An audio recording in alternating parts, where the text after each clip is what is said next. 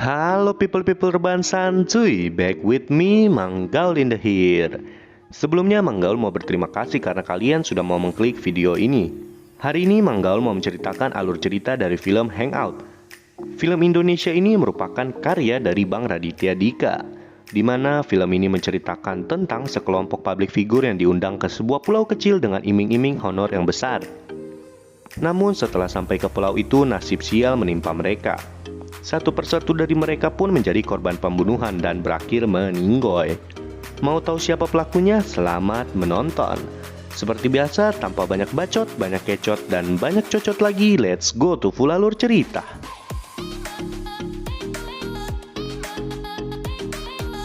Di scene awal, kita akan berfokus kepada cowok ini, namanya adalah Raditya Dika. Radit berprofesi sebagai seorang public figure yang kebetulan sedang syuting dan juga seorang stand-up komedian. Jijik gue. Setelah selesai syuting, ia dikejutkan oleh sebuah undangan yang misterius. Bang. Ada ini tadi, Bang. Siapa yang? Nggak tahu, orangnya nggak ada. Tiba-tiba ada undangan tadi di meja. Awalnya, Radit tidak mempedulikan tentang undangan itu sampai suatu tragedi menimpanya. Radit diusir dari kosannya karena telah menunggak selama 3 bulan. Sehingga Radit pun mulai tertarik dengan undangan itu. Sebagai informasi, undangan itu berisikan tawaran pekerjaan untuk syuting di sebuah pulau kecil yang telah ditentukan. Dia sih udah DP 50 juta. Gimana, Dit? Aman ya? Hari H pun tiba, Radit pergi ke pelabuhan tanpa ditemani oleh asisten maupun manajer karena perintah dari undangan itu. Sesampainya di lokasi pelabuhan, Radit melihat 2 orang bapak-bapak sedang beradu argumen yang tidak lain tidak bukan itu adalah Om Surya Saputra dan Om Matias Mucus. Radit pun menyamperi mereka, namun Radit malah disengin. Lihat nih, Mas. Actingnya si Radit dalam semua filmnya nih. Aku jomblo. Aku bego. Itu, flat, Mas. Gak ada apa-apanya. Di satu sisi, kita diperkenalkan oleh Soleh Solihun. Sama seperti Radit, Soleh Solihun mengambil pekerjaan ini dikarenakan uang. Soleh Solihun awalnya bekerja sebagai MC di sebuah acara yang terlalu banyak drama dan caci makinya.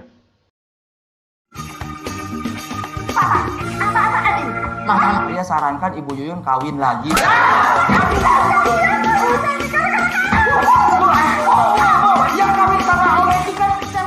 Tak lama ia jalan, Soleh bertemu dengan Dinda Kanya Dewi, di mana dari dulu Dinda adalah orang yang jorok dan bau badan. Tapi begitu nggak ada kamera, kita harus membebaskan diri kita lah. Kemudian mereka berlima pun menjadi satu, tapi tak hanya mereka, ternyata masih ada lagi.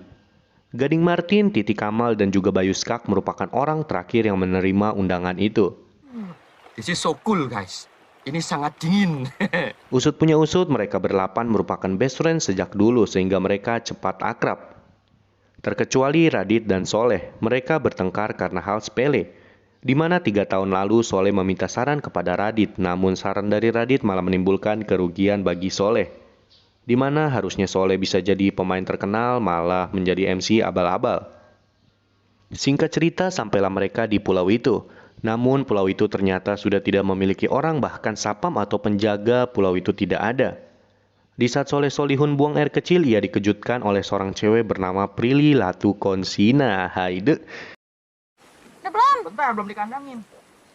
Yang juga ternyata merupakan salah satu teman akrab dari ke-8 orang tadi. Kemudian mereka menjadi bersembilan. Mereka pergi mengikuti tanda jalan untuk mencari kediaman atau rumah dari pengirim undangan pekerjaan itu. Pokoknya kalau nggak salah, tadinya itu ngarah ke sana kok.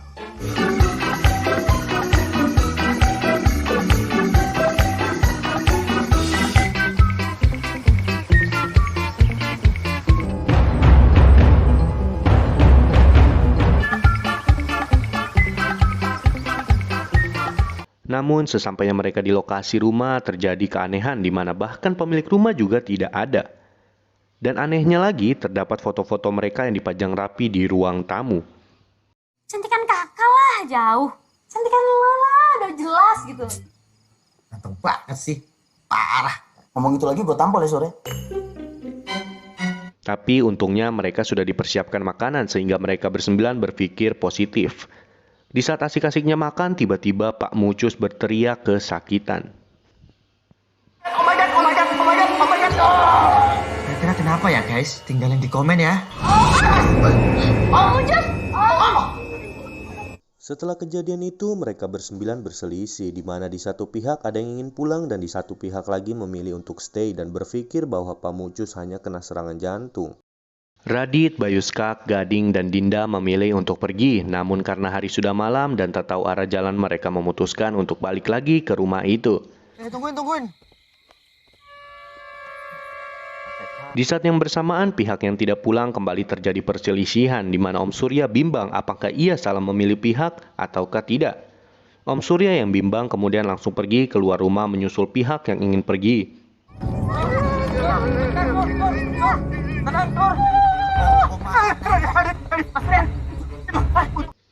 Di saat mereka bertemu, ternyata kamera milik Bayuskak ketinggalan dan mengharuskan ia kembali mengambilnya.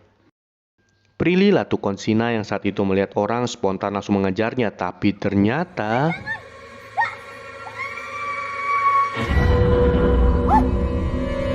karena sudah dua orang yang meninggoy, mereka memutuskan untuk beristirahat bersama di dalam rumah. Kebetulan Soleh Solihun yang saat itu sedang kebelet pipis memanggil Radit untuk menemaninya ke toilet. Kan di luar tuh lorongnya gelap banget. Lo jangan bilang siapa-siapa ya. Mau kemana? Udah, masih ada itu. Saat balik dari toilet, tiba-tiba Om Surya yang tadinya tidur sekarang berada di luar rumah. Keesokan paginya, Om Surya memutuskan untuk mencari makanan di luar rumah. Om Surya membagi menjadi dua kelompok lagi, di mana satu kelompok mencari makanan dan yang satunya lagi mencari minuman. Kebetulan Titi Kamal, Dinda, Radit, dan Bayuskak pergi mencari makanan. Tapi tiba-tiba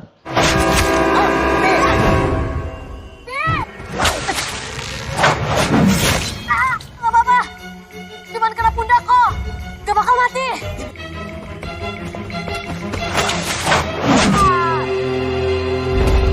Dinda! di satu sisi, Om Surya, Gading, dan Soleh Solihun pergi mencari sumur, tapi terjadi kembali hal yang mencegangkan di mana Om Surya malah jatuh ke dalam sumur itu.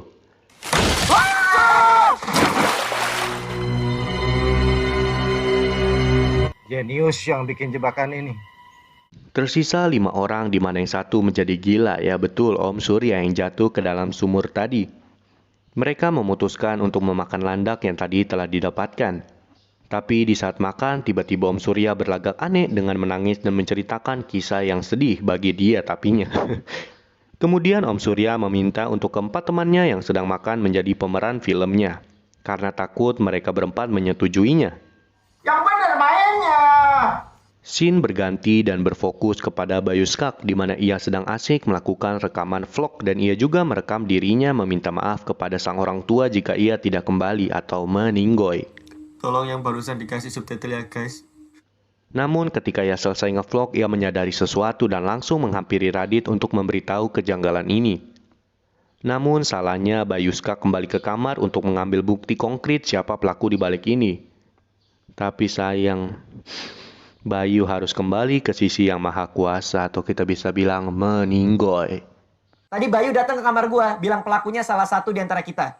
Karena kejadian Bayu, mereka berpisah. Radit dan Mas Surya pergi memperbaiki listrik, sedangkan Gading dan Soleh pergi mengantarkan jasad Bayu ke ruang bawah tanah. Lagi-lagi Soleh dan Gading mempeributkan hal-hal yang aneh, di mana Gading berpikir bahwa Soleh dan Raditlah pelakunya. Dikarenakan mereka stand up komedian yang kemungkinan besar membenci artis atau public figure.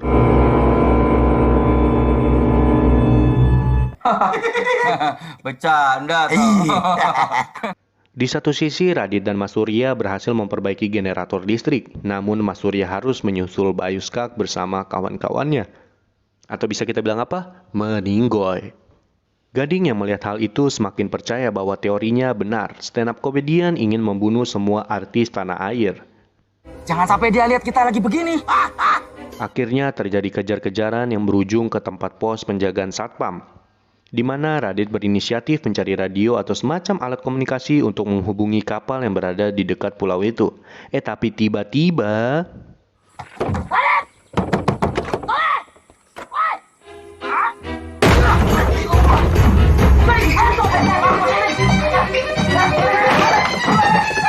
mereka kemudian kembali kejar-kejaran sampai di mana Gading melakukan kesalahan dan berakhir jatuh.